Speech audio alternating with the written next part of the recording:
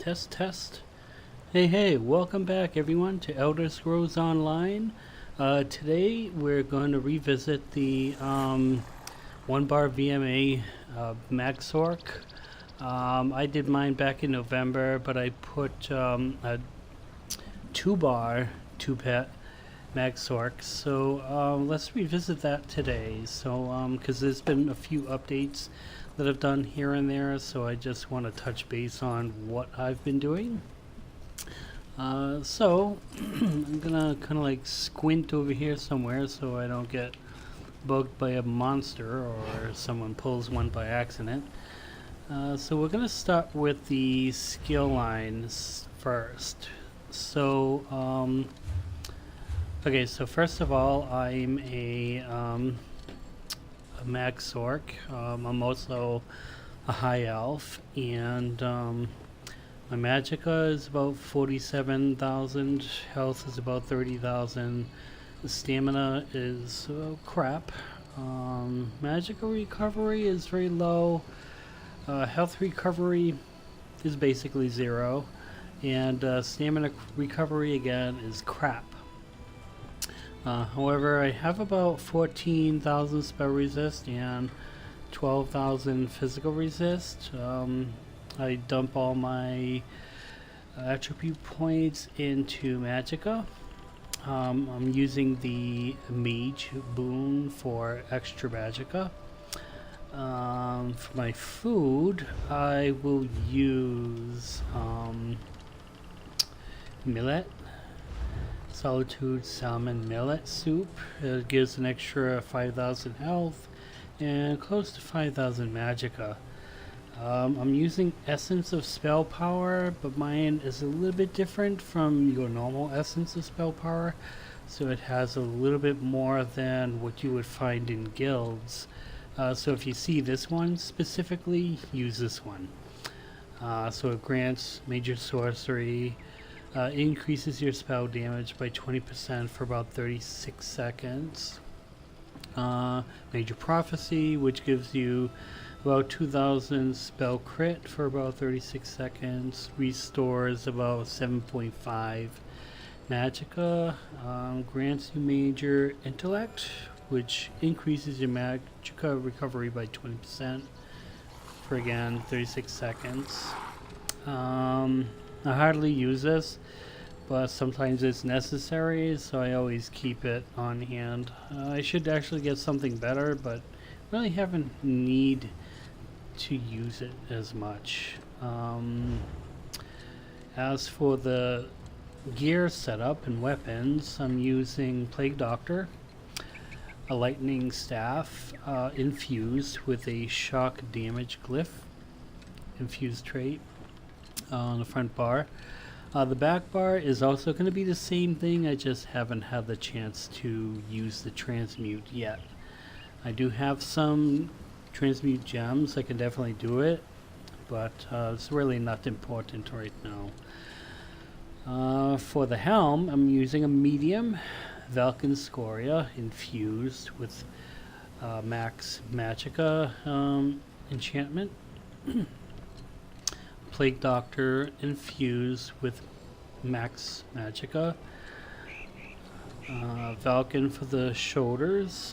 This one's going to be a light piece, also infused and with max magicka. I'm sorry, the chest is a heavy piece. This helps survivability a little bit better. Waist is a light sash of necropotence. Divine magicka glyph. Hands, light armor. Gloves of necropotence, divine as well with magicka glyph. Breaches of necropotence. This is light armor infused with max magicka. And finally, the feet is going to be shoes of necropotence with divines and max magicka. For the jewelry, I'm using Plague Doctor. It's a healthy trait right now. I'm not sure if I'm going to change it. but I put spell damage for the enchantment. The Marines, I believe I'm using Necropotence on one and Plague Doctor on the other. I have purple jewelry. Eventually I will upgrade that to to gold and to get a little bit more kick. But all three jewelry is going to be spell damage for enchantment. One is healthy, one is arcane. As for the skills, the front bar, I'm using the first one is Unstable Wall of Storms. You're going to find this in your Destro Staff abilities. Make sure you open up all the passives. Make sure those are all open. Then I'm using Summon Volatile and Twilight. You're going to find these in your Daedric Summoning class. And Hardened Ward. And then Bound Aegis for your active skill abilities. The ultimate, I'm running Thunderous Rage again. This is a Destro Staff from Elemental Rage Morph. It turns into Thunderous because I'm using a Lightning Staff. So that's your front bar. So the back bar, if I switch, you're going to notice that I'm still running my two pets, Volatile and Twilight.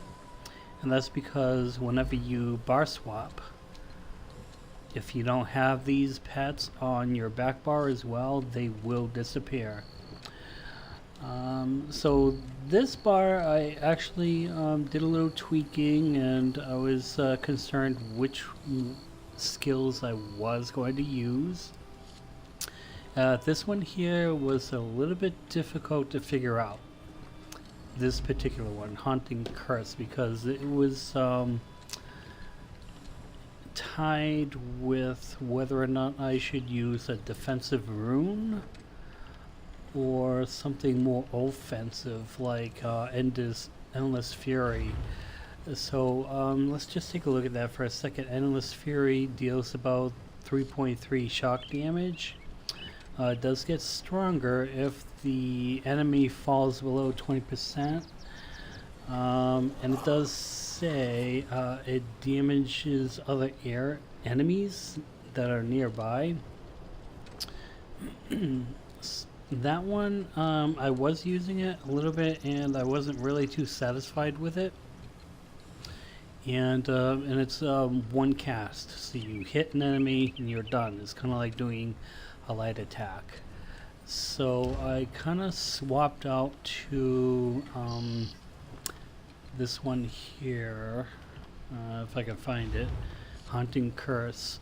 So it deals about 10.8 magic damage and to the target, and about 4.9, so almost 5,000 magic damage to all other nearby enemies for 3.5 seconds. Now this is a dot, this is damage over time, and the reason why I picked this, and it was very difficult for me to pick this one because it's a single target cast, so it's not like I can spam it on one enemy and then put it on another enemy and then put it on another and another. No, he hit one target, you can only have one of these at a time. But the reason why I chose this is because of the tick. So if it's doing a damage over time, the dot will actually proc my little helmet here, Falcon Scoria. So when you deal damage with a dot, you have an 8% chance to summon a meteor that deals about 11.4 flame damage. So when I decided to run with Haunting Curse, it actually worked out better because it does proc the Vulcan Scoria a lot more, so I'm actually getting just a little bit more damage than I would spamming your normal Endless Fury. I mean, Endless Fury is fine, but it did not do that much damage, and I wasn't satisfied with it. But putting on Haunting Curse, it worked out better for me because proccing my Vulcan Scoria. So the second and third thing is I chose to go with Power Surge because activating it not only well, it gives you major brutality and major sorcery, increasing your weapon and spell damage by 20%. Now this one I think is actually the morph. I morphed this so to do both weapon and spell, and since I'm running 2 staves, the spell damage is actually a little bit better. So, but it comes with the extra bonus that while it's active, dealing critical strikes, you actually heal for about 2.5 health, and the effect does happen like every 1 second that this is activated. So, but you don't get a whole lot of health. Let's be clear. For me, it doesn't really, like if I let myself go down to 50% and then I pop this off, it's not going to buff me up to like 100% health. It's kind of like periodically it happens, but I don't really use it because I'm actively using Shield, Hardened Ward, which is a really good strong shield, and if you use it correctly in tandem with your little Twilight, you're gonna get some health, so you won't have to worry about that. And the second one again is another damage over time effect. Even though the dots are pretty low, I'm not really worried about that because it's a dot, and again it does proc Vulcan Scoria. Plus it does stay for 15 seconds, so even though like if you deal like 300 points of physical damage every 1 second for 15 seconds, we added up 300 times 10, how much is that? So you're doing some damage, and you're definitely burning them down pretty quick. But you definitely want to have 1 or 2 things that are going to be dots, so you can definitely proc your special armor abilities. So on the back bar, I chose to go with Summoned Charged Acronaut. This one's really good. So for a single target enemy, if I slam this down on the ground, it's automatically going to stun them. So it stays for about 20 seconds or so, and it does some shock damage to nearby enemies. And what's also good about it is if you're in a group, people can synergize that, and it does quite a waft of electric damage to the local area, which is about, it says 6 meters. So that's a radius. So think of a big pie that's about 6 meters. Which is pretty huge when you think about it. That's a large area. So I kind of went with that with my last video because I wasn't too sure what I was going to do with especially the back bar, because whether or not I was going to actually use it or not. But I think so far since November that I posted this, this has been working out really good. So that covers food, potions, and skills, and the boons. So champion points, so I think I pretty much left them the same. I didn't do too much tweaking on this, so we'll start with the tower and work our way around. So in the tower, I'm using, I put 20 in Warlord and 13 in Sprinter. Even though I don't really do a lot of sprinting with this one, so I just kind of, I'm probably going to move that out later. So this is kind of like a rough guide, it's not exact, so for the lever I put 75 tenacity, which increases your magicka and stamina per your fully charged attack. Our arcanas, I put that in because it increases your magicka recovery by 15%. 15% of something that was very low is useful, believe me. I was thinking about using the healthy one, but again, I'm running a shield. I don't need it. So in the shadow, I put Shadow Ward, which reduces cost of block. You might not think you need it, but you do. I just got done with Hall's Fabrication, and the final boss, I did need to block a little bit, especially towards the end. Those that have run Hoth Hall of Fabrication, you'll know what I'm talking about. Tumbling, so I don't do a lot of dodge roll, but because again I have crap for stamina, but I do find that this does come in handy once in a while, so it is useful. So definitely, if I change anything, I might put more in this one, because at least then I can dodge, several attacks after dodge rolling.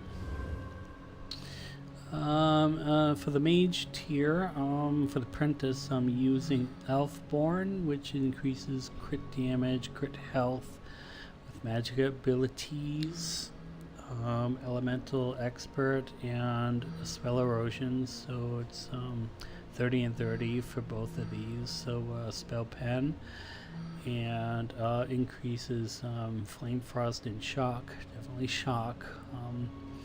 I wish I had more champion points, because I would probably buff this one up to at least 75, but currently we don't, so, but that's where I'm putting it. Staff expert, I use 71 for the Atronach tree, and Master at Arms, which increases your damage done with direct attacks, which is your light and heavy attacks, regardless if it's an axe or a staff. So that's where you want to put that. Thermitage, I put 75. I would like to have 100 to have the full 25% damage over time, but 23% of a very strong ultimate kind of clears the house. So yeah, you're overpowered. For the warrior tier, the steed tree, using Ironclad, which reduces your damage taken when you're being direct attacked. Spell shield increases spell resistance, and the lady, I threw 10 for light armor, because I think it was the shoulder piece, Falcon Scoria, but it says while wearing 5 or more light armor pieces, so I'm not really sure if I'm getting the full effect wearing one piece, but I threw 10 there anyway. So, but again, this is not perfect, but it is an update from what I was doing, so I might change that again in the future, and then maybe next month you might see me post another one.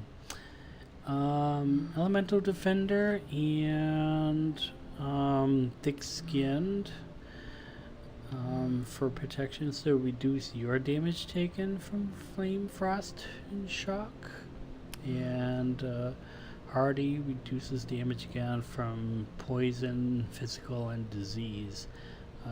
This is actually helpful if you're if you use a shield. Again, you're not going to need it, but it does help. Again, for example, the end boss, when you kill the last boss, a cloud of a foggy cloud of poison comes into the room. A lot of people die like almost instantly. So if you're running a shield and you have something like Hardy on you, you're pretty much going to survive and be able to walk out of the room. Bastion, this helps your damage shields. Again, I put 56, but I would really like something a little bit stronger. But even if it were, again, just look at the time that you get on the shield itself. It's only like 5 seconds. So two things I have a problem with. One, I don't have enough champion points to put into what I want to make it like super powerful. And second, the skill that I'm using is only like 5 seconds. I mean, they couldn't have done 10 seconds or 15. It's like, no, you have to go through your magicka and kind of like burn it out. So thus you need very high magicka to continue using shields, especially if you're on a very difficult boss or instead of a very large trash mob. Quick recovery, I put 16 at 4.4 well, it's 4%. So of extra healing. It doesn't sound like much, but believe me, it does help, especially when you activate your little pet that heals you. So 4% is like that's quite a bit. It's not a whole lot, but it does help. It can definitely turn the tide. So that's where I'm allocating my champion points. So that pretty much covers this build. So it's actually, I'm in Craglorn and I'm kind of close by. On this character, I haven't gone into